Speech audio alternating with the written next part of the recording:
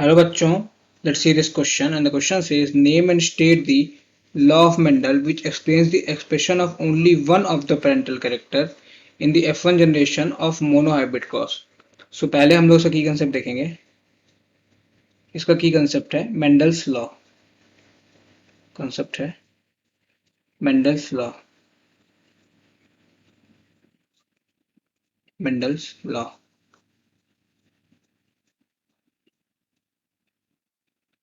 Mendel's law. So Mendel's के law में एक लॉ है लॉ ऑफ डोमिनेंस. इसमें एक लॉ है लॉ ऑफ डोमिनेंस. डोमिनेंस. अब लॉ ऑफ डोमिनेंस कहता क्या है? सो लॉ ऑफ डोमिनेंस कहता है कि when parent with pure contrasting trait, when parent with pure contrasting trait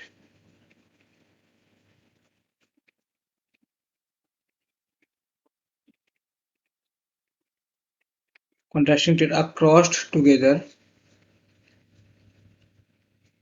or crossed together, so इससे क्या होगा?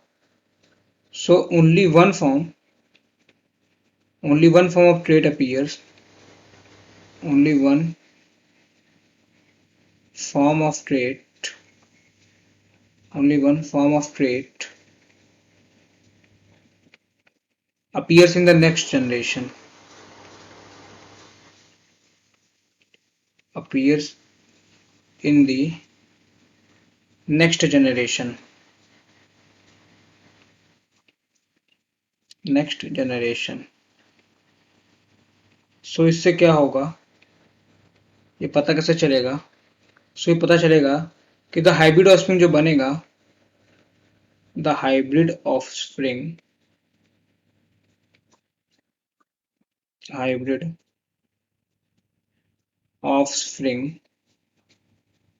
जो उन दोनों पेरेंट्स की वजह से बनेगा hybrid offspring will exhibit only the dominant trait in phenotype.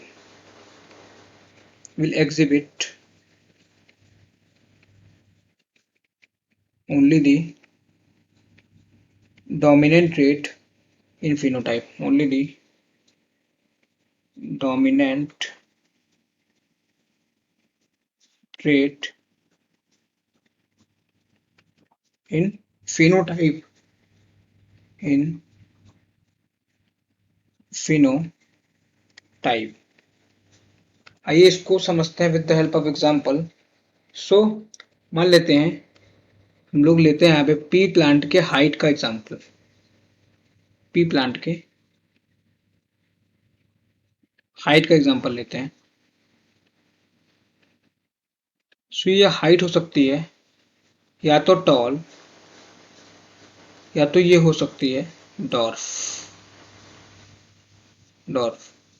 अच्छा टॉल है तो ये होगा कैपिटल टी. होमोजाइगस की बात कर रहे हैं. होमोजाइगस मतलब दोनों एलील सेम होंगे.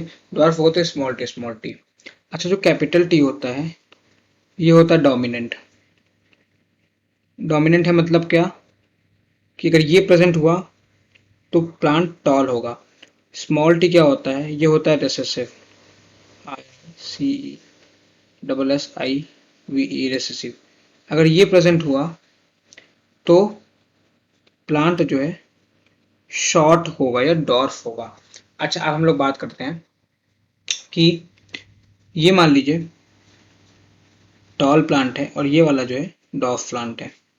This one is tall and this one is dwarf. अब इनका मोनोहाइब्रिड क्रॉस कराएंगे. ये यहाँ पे जो है इसका गैमीट बनेगा कैपिटल टी, इसका गैमीट बनेगा स्मॉल टी. ये क्या है? These are gametes. अब इन गैमीट्स का फ्यूजन होगा और ये बनेगा. यहाँ से आया कैपिटल टी, यहाँ से आया स्मॉल टी. ये क्या है? ये है F1 जनरेशन. ये है F1 जनरेशन और देखिए अगर F1 जनरेशन में डोमिनेंट वाला कैपिटल टी है, रिसेसिव वाला स्मॉल टी है, बट इसमें ट्रेट दिखेगा टॉलनेस का। क्यों क्यों ट्रेट टॉलनेस को दिख रहा है? क्योंकि टी जो है डोमिनेंट है, इसीलिए टॉलनेस का ट्रेट दिख रहा है। तो यहाँ से समझ में आता है लॉ ऑफ डोमिनेंस, यहाँ से समझ में आता है कि जो डोमिनेंट वाला फैक्टर होता है वही जो है एक्सप्रेस होता है F1 जनरेशन में। सो इसके अकॉर्डिंग अपने क्वेश्चन पे आते हैं।